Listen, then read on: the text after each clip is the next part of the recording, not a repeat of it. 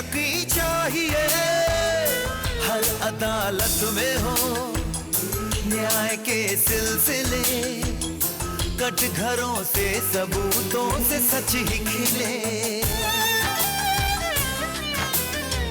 सच की लेकिन गवाही जो भरने चला, वो मसीहा की सूली पे मरने चला।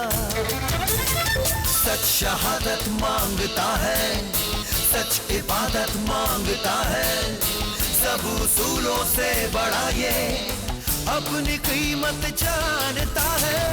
इसलिए चाहे मरूंगा, सच को ही सजदा करूंगा। जो कहूंगा सच कहूंगा, जो कहूंगा सच कहूंगा।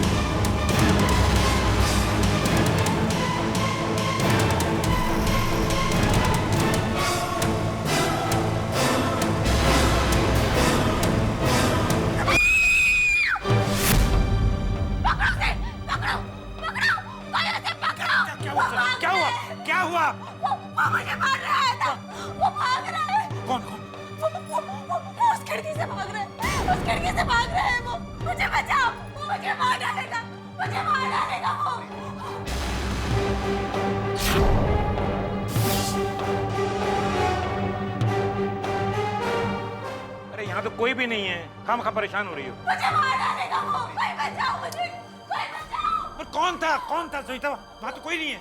वो बूढ़ा सा, वो गंजा सा। हाँ। नहीं सविता, ये तुम्हारा वहम है। नहीं, ये मेरा वहम नहीं है। वो सचमुच यहाँ आया था। अच्छा। वो मुझे मार डालेगा। ओके। तुम आराम से सो जाओ, मैं यहाँ बैठूंगा। ओके, सो जाओ। मुझे मार डालेगा। कुछ नहीं करेगा, मैं हूं ना। तुम आराम से सो जाओ।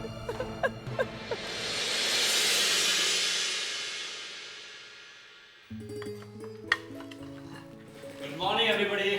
गुड मॉर्निंग डॉक्टर साहब। भाई बड़े अच्छे वक्त पे आए। आइए नाश्ता कीजिए हमारे साथ। नो थैंक्स, मैं करके आया हूँ। अच्छा तो डॉक्टर साहब, मैं 2 मिनट में नाश्ता खत्म करता हूँ, फिर आता हूँ आपके साथ। या टेक योर ओन टाइम। सुनिए, ये डॉक्टर यहाँ क्यों आया है? आपकी तबीयत तो ठीक है ना? मेरी तबीयत ठीक है। तो देवर जी, आपकी तबीयत खराब है या पल्लवी की? एक डॉक्टर तुम्हें देखने आया है। क्या बेकार की बातें कर रहे हैं आप? आहिस्ता बोलो, आहिस्ता। क्या हुआ है मुझे? भाभी, भैया कह रहे थे कि आपको डरावने सपने आते हैं। मुझे कोई सपने वपने नहीं आते हैं। वो आदमी मुझे सचमुच मारना चाहता है। डॉक्टर साहब, आप चले जाइए यहाँ से, चले जाइए। लेकिन क्या? हाँ? क्या कहना चाहते हो तुम यही कहना चाहते हो कि मैं सिज़ोफ्रेनिक हूँ? स्प्लिट पर्सनैलिटी की शिकार हूँ मैं? देखो, ये सब बातें पुरानी हो चुकी हैं। जैसा तुम सोच रहे हो वैसा कुछ भी नहीं है। मैं बीमार नहीं हूँ।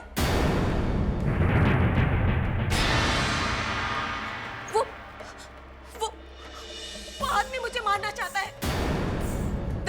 तुम यहाँ से चले जाओ तुम यहाँ से। लेकिन नहीं, तुम यहाँ से क्यों जाओगे? हाँ, क्यों जाओगे तुम यहाँ से? तुम एक सरकारी डॉक्टर हो और ये हेल्थ मिनिस्टर है। तुम मेरी बात क्यों मानोगे? तुम तो इनकी बात मानोगे। लेकिन मेरी एक बात कान खोलकर सुन लो, मुझे कोई बीमारी नहीं है। मुझे वो आदमी मारना चाहता है, समझे तुम? दीदी, कोई आपको क्यों मारेगा?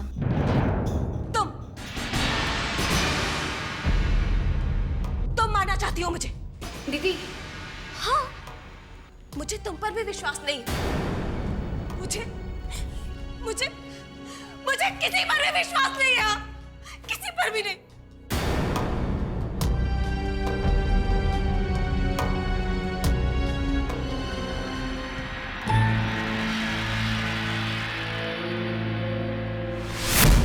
कौन है वहां?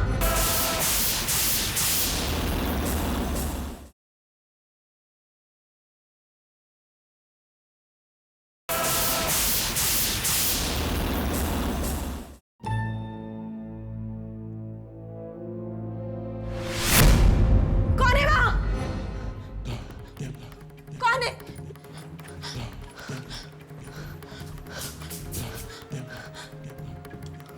कौन है? कौन है वहां?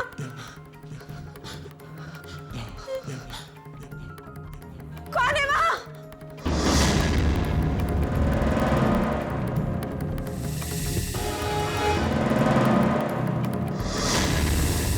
कौन है? कौन है? सामने आओ! सामने क्यों नहीं आते? सामने आओ!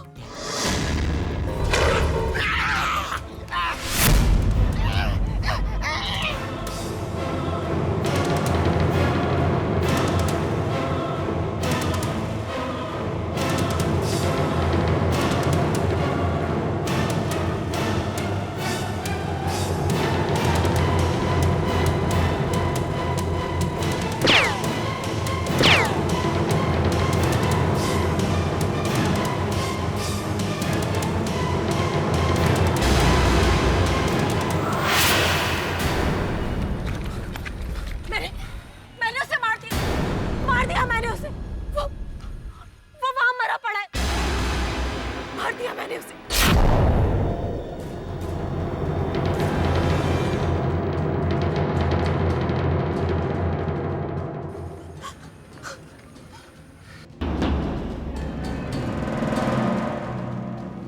लेकिन यहाँ तो कोई नहीं है।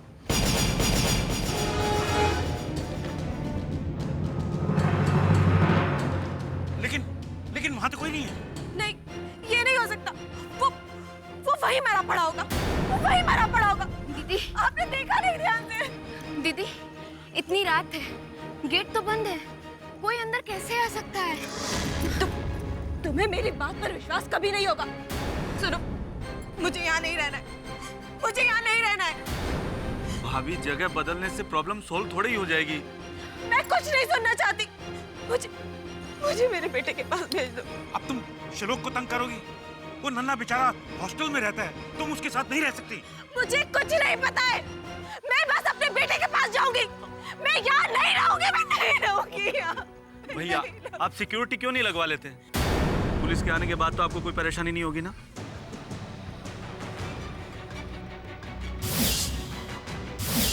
हेलो कमिश्नर साहब। हाँ तो इंस्पेक्टर, आई होप आप सब कुछ समझ गए होंगे। जी नहीं सर, कुछ बातें अभी भी मेरी समझ में नहीं आ रही है। यानी क्या समझ में नहीं आ रहा आपके? सर, आप इतने यकीन के साथ कैसे कह सकते हैं कि आपकी पत्नी को वहम ही हुआ है? हो सकता है कि उन पे सचमुच अटैक्स हो रहे हैं। ओह कम ऑन इंस्पेक्टर, मैं बहुत दिनों से झेल रहा हूं और मैं जानता हूं कि मैंने सर, उसके लिए अगर आप इतने कॉन्फिडेंट हैं, फिर यहाँ मेरी नहीं, डॉक्टर की जरूरत होनी चाहिए थी। देखो इंस्पेक्टर, मैं जानता हूं कि मुझे क्या करना है क्या नहीं करना। स्वाति की तसल्ली के लिए तुम्हें यहाँ सिक्योरिटी के लिए बुलाया गया है, एंड आई होप आप अपनी ड्यूटी अच्छी तरह समझते होंगे। और आप जानते हैं किसके सामने बैठे हैं आप? एक मिनिस्टर के सामने। और उठा दिया ये चश्मा। सॉरी सर, एक्चुअली मेरी आंखों में इन्फेक्शन है। सिद्धार्थ,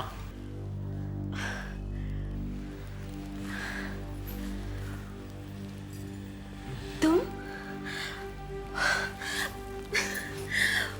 ओह माय गॉड, मुझे तो यकीन ही नहीं हो रहा है। हम लोग इतने अरसों के बाद मिल रहे हैं।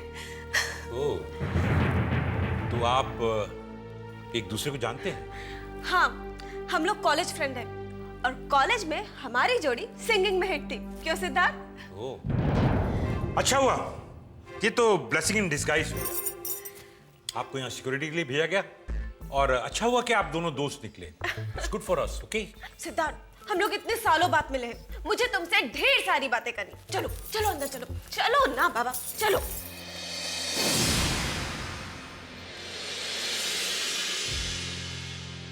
अरे बाबा आओ ना, आओ।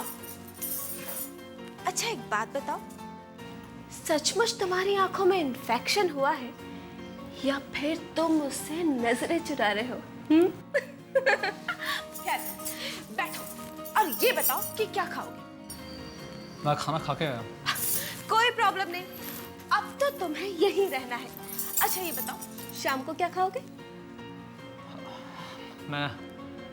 I'm fine, मैं बाहर जाता हूँ। क्या बात है, सब कुछ भूल गए हो तुम?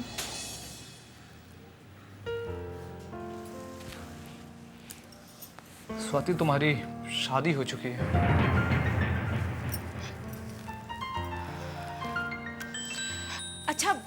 अच्छा ये बताओ, तुम्हारे कितने बच्चे हैं?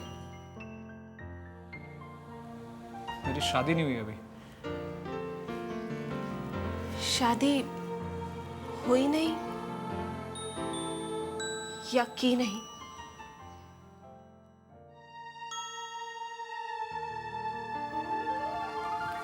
कुछ भी समझ लो।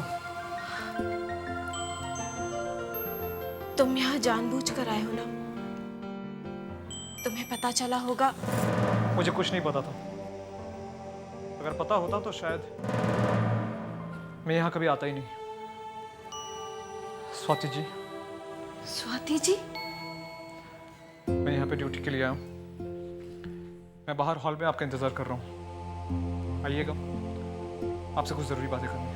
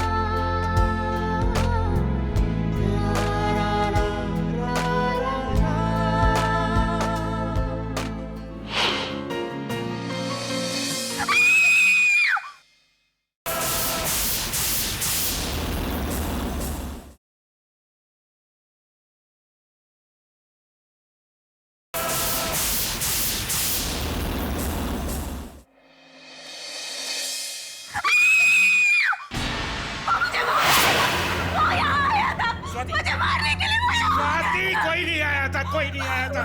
मैं हूं ना, डरने की कोई जरूरत नहीं है। सिद्धार्थ, सिद्धार्थ, सिद्धार्थ, सिद्धार्थ, वो यहाँ आया था, वो मुझे मार डालेगा। सिद्धार्थ, वो मुझे मार। कुछ नहीं होगा तुम्हें, हाँ? रिलैक्स, मैं तुम्हें कुछ नहीं होने दूंगा, कुछ नहीं होने दूंगा मैं तुम्हें। कहाँ है वो? कम ऑन इंस्पेक्टर, कौन कहाँ गया? हाँ, कहाँ है वो स्वाति?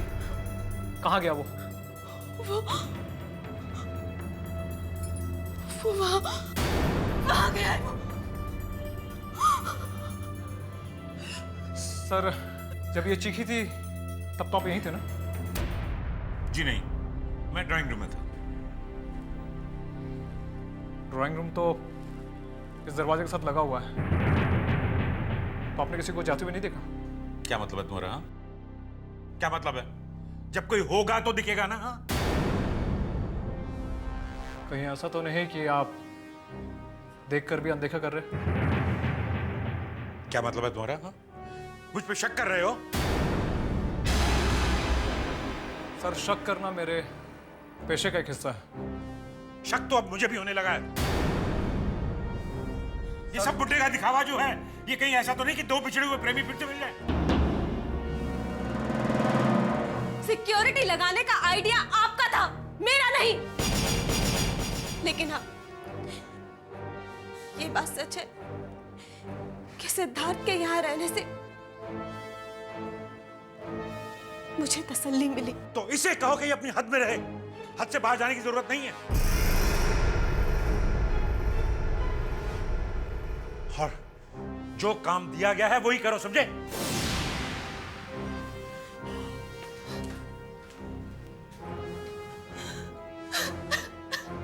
रिलैक्स।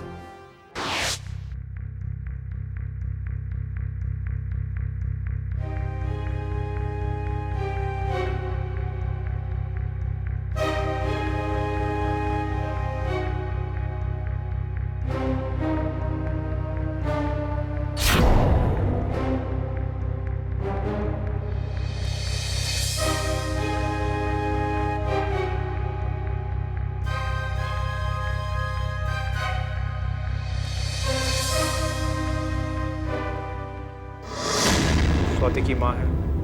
जी मैं आपसे स्वाति की जिंदगी के बारे में, मेरा मतलब है कि उसकी शादीशुदा जिंदगी के बारे में कुछ जानना चाहता हूँ।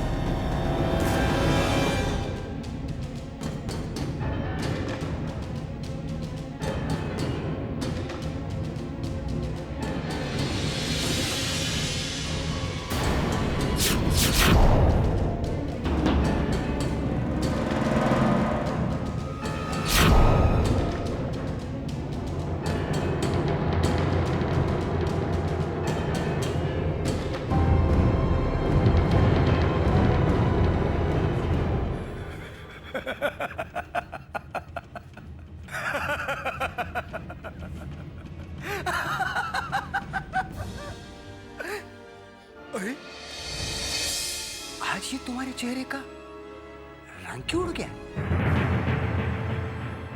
घबराओ नहीं, मैं अकेला नहीं हूं। हमारे साथ तुम्हारे पतिदेव भी हैं। तो फिर डर किस बात का? देखो, मेरे पास मत आना। मैं कह देती हूँ, मेरे पास मत आना। दूर रहो मुझसे। स्वाति, स्वाति मैं हूं, मैं तुम्हारा पति। और मैं हूं वो। हाँ? पत्नी, पति और वो। हाँ? मैं हूं वो। इतनी हैरानी से क्या देख रही हो? ऐसा लगता है कि पहली दफा देख रही हो तुम मुझे। हम दोनों को साथ देख रही है ना, इसलिए इसके होश उड़ गए हैं। मुझे पहले से ही शक था कि तुम इससे मिले हुए हो। झूठे, पाखंडी। मैं तुम्हारा चेहरा इस दुनिया के सामने बेनकाब कर दूंगी। देखना तुम। मुझे तो लगता है इसके होश वाकई उड़ गए हैं। ठीक करना पड़ेगा। देखो, मेरे पास मत आना। मेरे पास मत आना।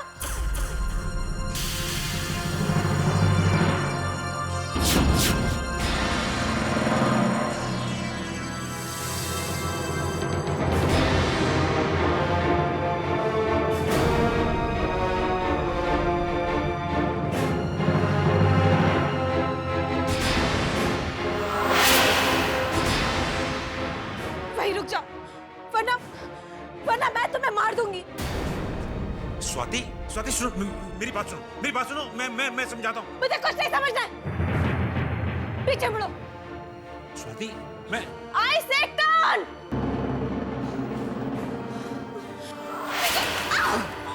छोड़, छोड़, छोड़। सिद्धार्थ!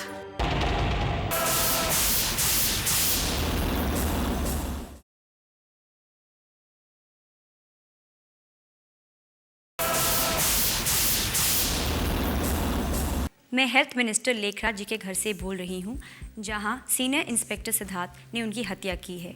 हमें कुछ लोगों ने अपना नाम न बताने के शर्त में ये बताया है कि इंस्पेक्टर सिद्धार्थ और लेखराज जी के पत्नी के बीच में संबंध थे और उन्हीं संबंधों की वजह से इंस्पेक्टर सिद्धार्थ ने मिनिस्टर लेखराज की हत्या की है और खुद सिद्धार्थ ने ये कबूल भी किया है। आइए बात करते हैं लेखराज जी के भाई से, मिस्टर रवि। रवि जी, आपका क्या कहना है? क्या सचमुच कोई बुरा आदमी स्वाति जी को मारने की कोशिश कर रहा था? कोई मारने की कोशिश नहीं कर रहा था। तो क्या ये स्वाति जी का वहम है? देखिए, वहम कुछ नहीं है। स्वाति बीमारी का झूठा नाटक कर रही थी। ये सारा जाल उसी का बुना हुआ है। अपने प्रेमी से मेरे भाई का खून करवा दिया उसने। सजा तो स्वाति को भी मिलनी चाहिए।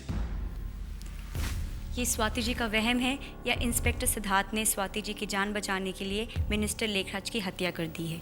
ये फैसला तो अदालत ही करेगी। कैमरामैन डी देव के साथ मैं नताशा, 24 न्यूज़, मुंबई।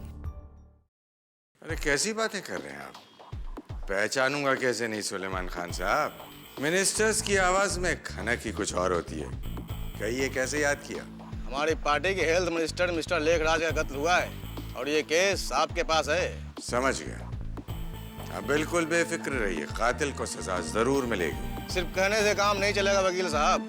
हमने सुना है उस इंस्पेक्टर सिद्धार्थ और आप में चोरी दामन का साथ रहा है। सोच लीजिएगा, ये हमारी पार्टी के साख का सवाल है। सुलेमान खान साहब, जब चोली का रंग दामन के रंग के साथ मैच नहीं होता है तो फिर कहाँ की चोली और कहाँ का दामन?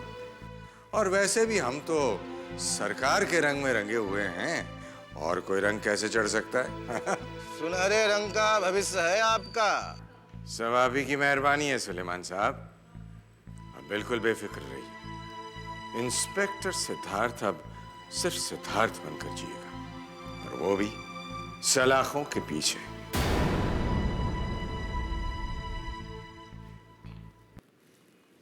अरे यादव, आओ आओ। तुम कब आए? बस अभी।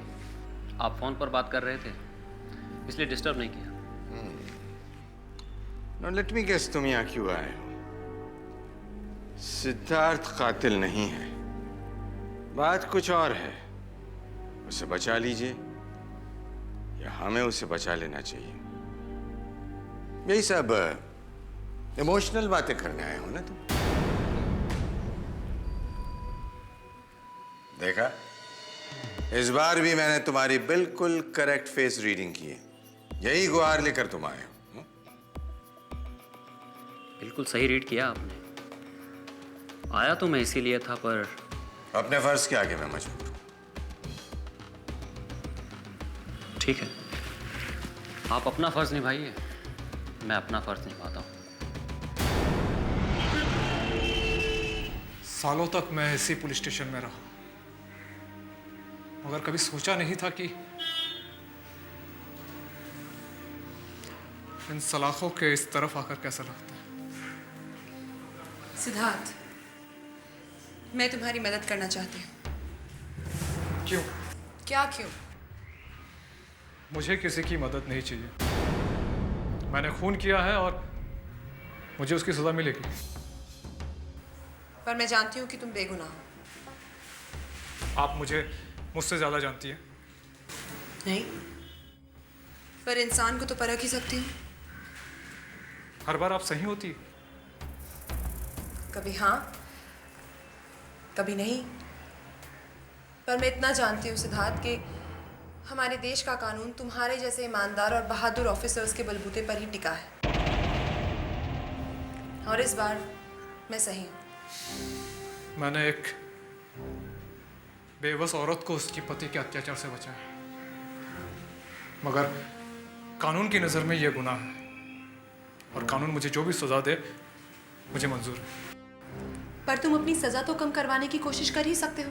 इससे क्या फायदा होगा? फायदा नुकसान कारोबार में होता है। अब तुम मुझे बताओगे सारी बात और अपनी, मेरी और कानून की मदद करो।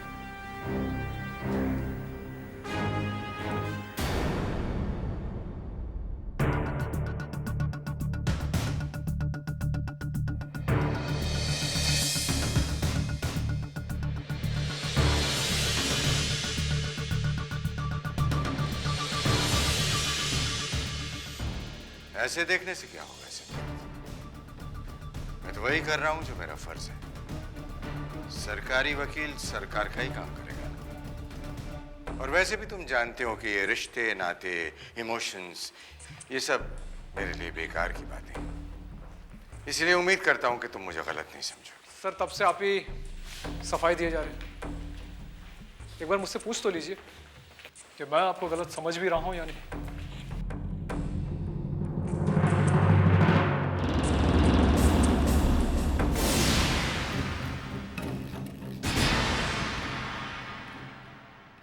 योर ऑनर, आज मैं एक ऐसे व्यक्ति के खिलाफ मुकदमा लड़ रहा हूं जो खुद कानून का रक्षक था। मुझे अदालत को यह बताते हुए बहुत अफसोस हो रहा है कि एक पुलिस ऑफिसर ने हमारी सरकार के स्वास्थ्य मंत्री का खून कर दिया। योर ऑनर, मैं अदालत को यह बताना चाहती हूँ कि उज्ज्वला जी, किसी भी नई बहस के मुद्दे को छेड़ने से पहले इस बात पर जरूर गौर कीजिएगा कि सिद्धार्थ ने अपने इकबालिया बयान में यह स्वीकार किया है कि कत्ल उन्होंने ही किया है। सर, मैं इस बात से इनकार नहीं कर रही हूँ कि सिद्धार्थ ने खून नहीं किया है।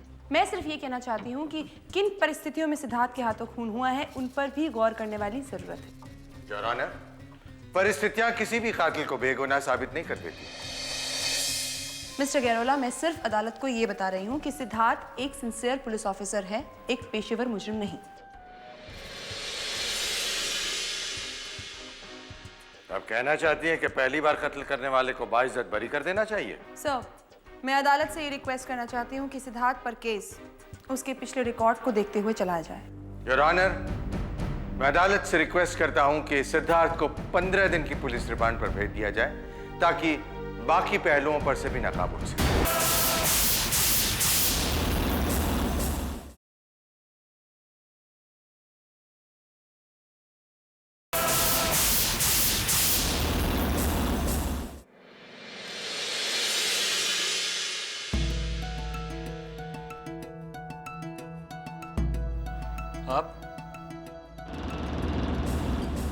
आप तो हमारे भाई के कातिल की तरफ से केस लड़ रही हैं ना? उन्हें बचाने की कोशिश कर रही हैं आप। तो यहाँ किस लिए आई हैं आप? मैं स्वाति से मिलना चाहती हूँ। वो किसी से बात नहीं करेंगी। मैं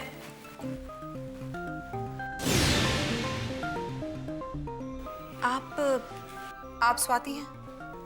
जी, मुझे आपसे बात करनी है। मैंने कहा ना, वो आपसे बात नहीं करेंगी। आप समझ देखिए, मुझे ना कुछ समझना है और ना समझाना है। वो बात नहीं करेंगी बस। ये आप ठीक नहीं कर रहे हैं। उज्ज्वला जी, आप मुझे कानूनी भाषा मत सिखाइए।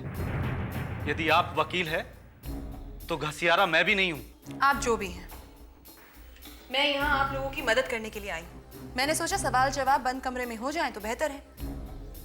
अब अगर आप ये नहीं चाहते हैं तो ठीक है। खून इनकी मौजूदगी में हुआ है। मैं इन्हें अदालत में बुला लूंगी।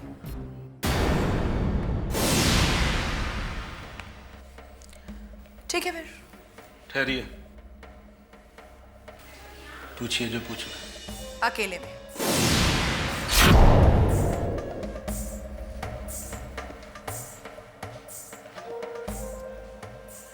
बैठिए। कहिए। लेखराज जी आपको मारना चाहते थे? जी नहीं। तो फिर सिद्धार्थ ने उन्हें क्यों मारा? सिद्धार्थ ने उन्हें नहीं मारा। क्या? हाँ, उनका खून उस बुढ़े आदमी ने किया है। कौन बूढ़ा?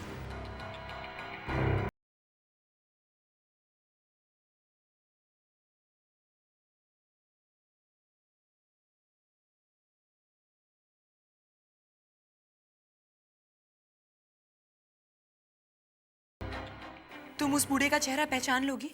हाँ, मुझे उसका चेहरा याद है। मैं उसे पहचान सकती हूँ मैं उसे।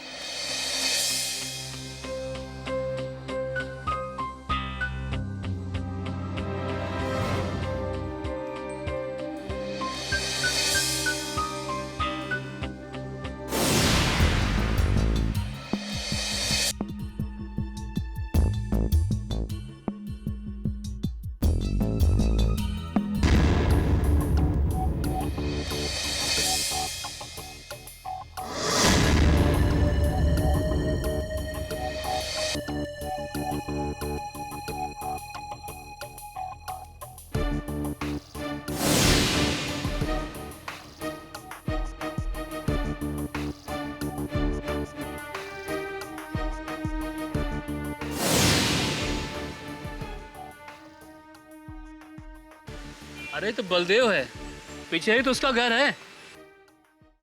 योर ऑनर, सब कुछ उतना साफ नहीं है जितना कि मेरे काबिल दोस्त पब्लिक प्रोसिक्यूटर मिस्टर गैरोला को दिख रहा है। असलियत तो ये है कि लेखराज का खून किसी और ने किया है और सिद्धार्थ बेगुनाह है। कमाल कर दिया आपने उज्ज्वला जी, आपने तो पूरी कहानी पलट दी। मैं आपको याद दिला दूं कि पिछली पेशी में तो आपने भी माना था कि कत्ल सिद्धार्थ ने किया है। हाँ, परिस्थितियों की कुछ बात करके आप गुनाह को कुछ हल्का बताना चाहती थी। योर ऑनर, इस केस पर काम करते करते मैंने कुछ बातों पर गौर किया है जिन्हें मैं कोर्ट के सामने लाना चाहूंगी और इससे खुद ब खुद सारा मसला साफ हो जाएगा।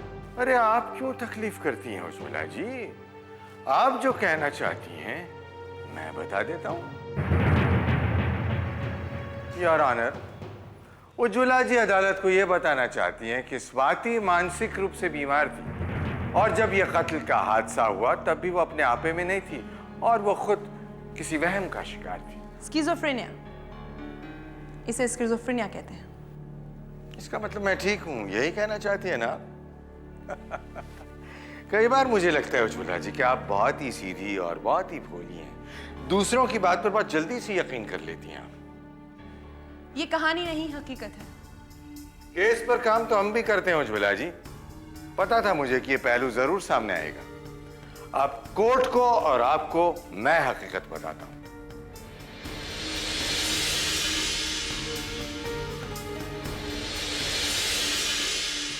योर ऑनर, लेखराज साहब के मर्डर की प्लानिंग बड़ी सूझबूझ के साथ बहुत पहले से ही हो चुकी थी और इसी प्लान के तहत मिसेस स्वाति ने वहम वो बूढ़े आदमी को देखने का नाटक शुरू कर दिया।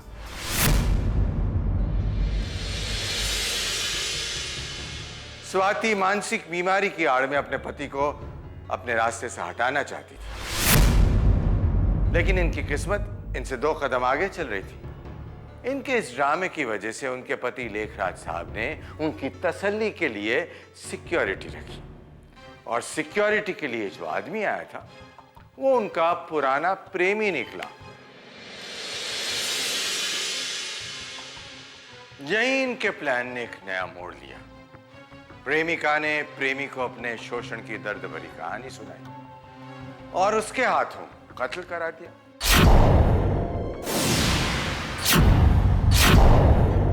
और ये मिस्टर सिद्धार्थ जो यहाँ प्रेम की निशानी ताजमहल बने खड़े हैं, इन्हें ये नहीं पता कि ये प्रेम की मिसाल नहीं बल्कि मूर्खता की मिसाल है। इन्हें यूज किया गया है। दरअसल कोई बूढ़ा आदमी है ही नहीं। योर ऑनर, जिस बूढ़े आदमी का दिखना नाटक और मर्डर की प्लानिंग का हिस्सा बताया जा रहा है, दरअसल ये खून उसी बूढ़े आदमी ने किया है।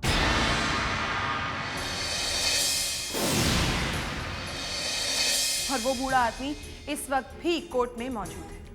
उज्ज्वला जी, आपको क्या लगता है कि आप कुछ भी कहेंगी और कोर्ट आपकी बात को मान लेगा?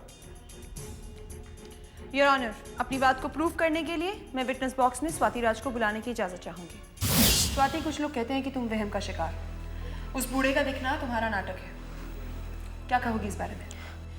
मुझे लोगों की बातों की कोई परवाह नहीं है। उस आदमी ने मेरा जीना हराम करके रखा है और उस आदमी के साथ मेरी पति की कोई मिली भगत थी। लेकिन मेरी इस बात को कोई नहीं मानता, कोई नहीं मानता।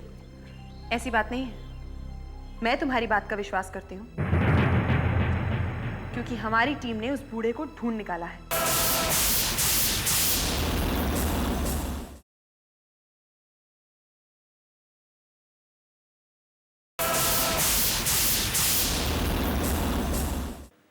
क्योंकि हमारी टीम ने उस बूढ़े को ढूंढ निकाला है।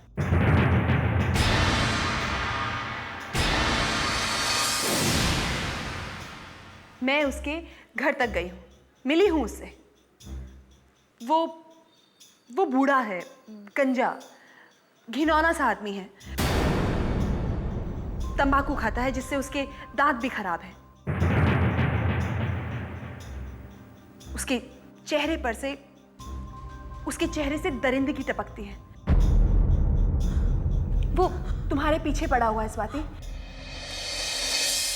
हाँ, ध्यान से देखो, वो यहां पर भी हो सकता है। गौर से देखो। यहाँ? वो यहाँ भी मौजूद हो सकता है। क्या वो यहाँ है? ध्यान से देखो और पता लगाओ। वो तुम्हारे आसपास भी हो सकता है। देखो। हाँ, हाँ, हाँ, वो वहाँ खड़ा है।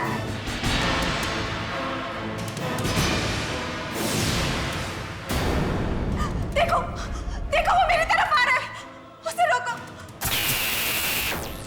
मेरे पास मत आना तुम। पास मत आना। मैं कह रही हूँ मेरे पास मत आना। मुझे मार डालेगा वो। डॉक्टर, डॉक्टर, बचाओ मुझे। डॉक्टर, वो मुझे मार डालेगा।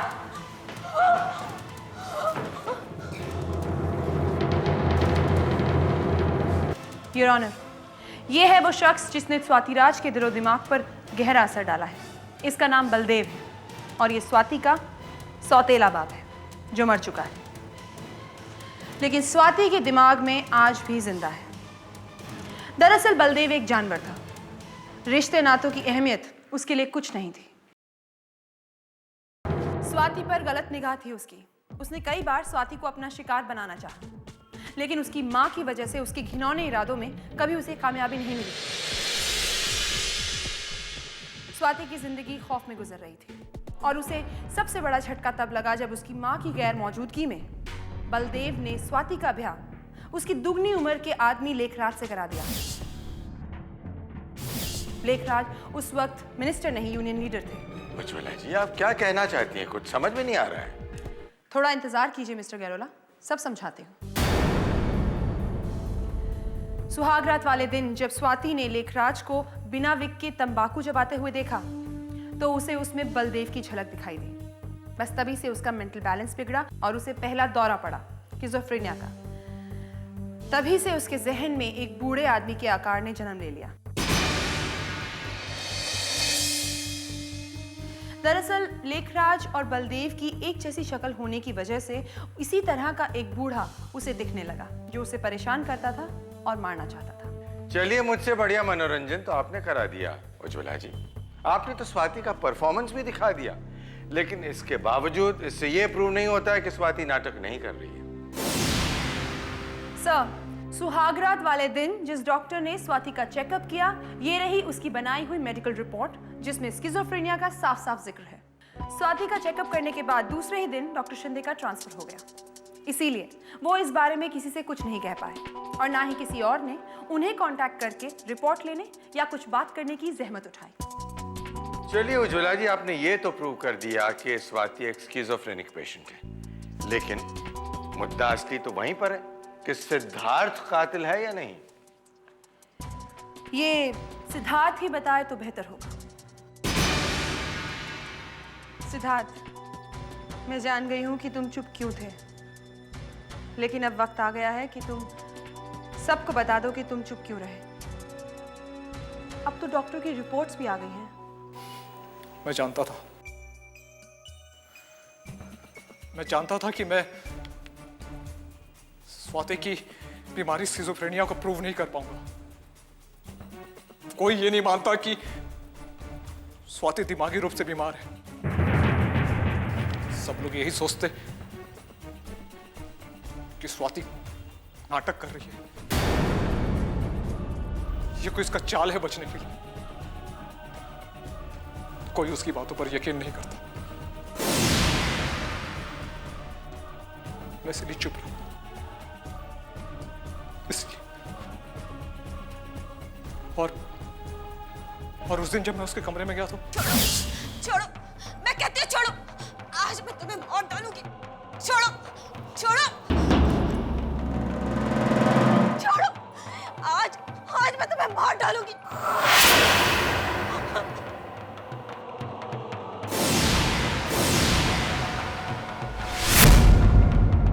छोड़ो, छोड़ो।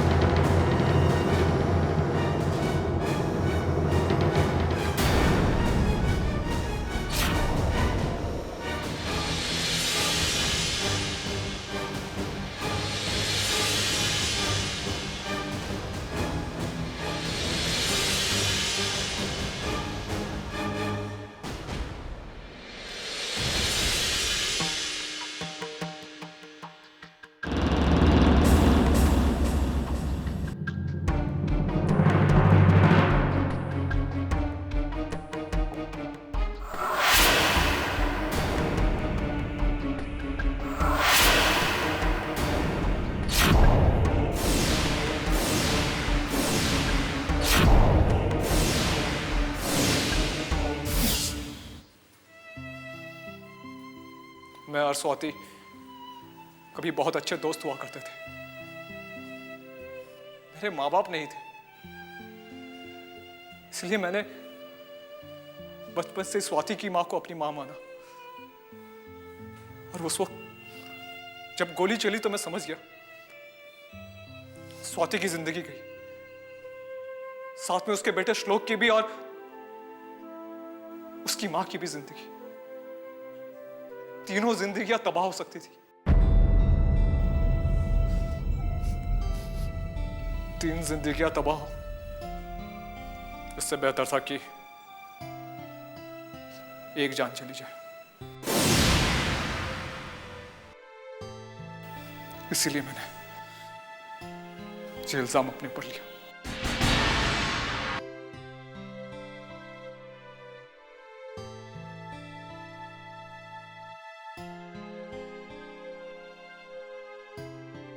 उज्ज्वला जी, आपको इस केस जीतने की पार्टी मैं दूंगा।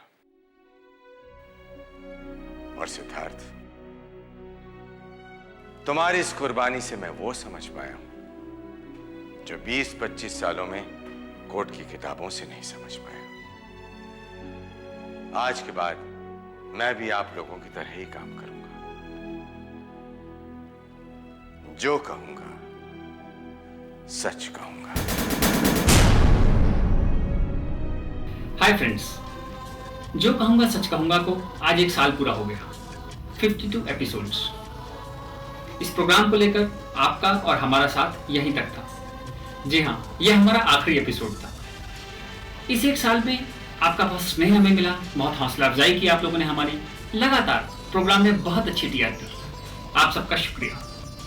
उम्मीद करते हैं कि जल्दी ही आपसे फिर मुलाकात होगी। तब तक के लिए टेक केयर, गुड बाय।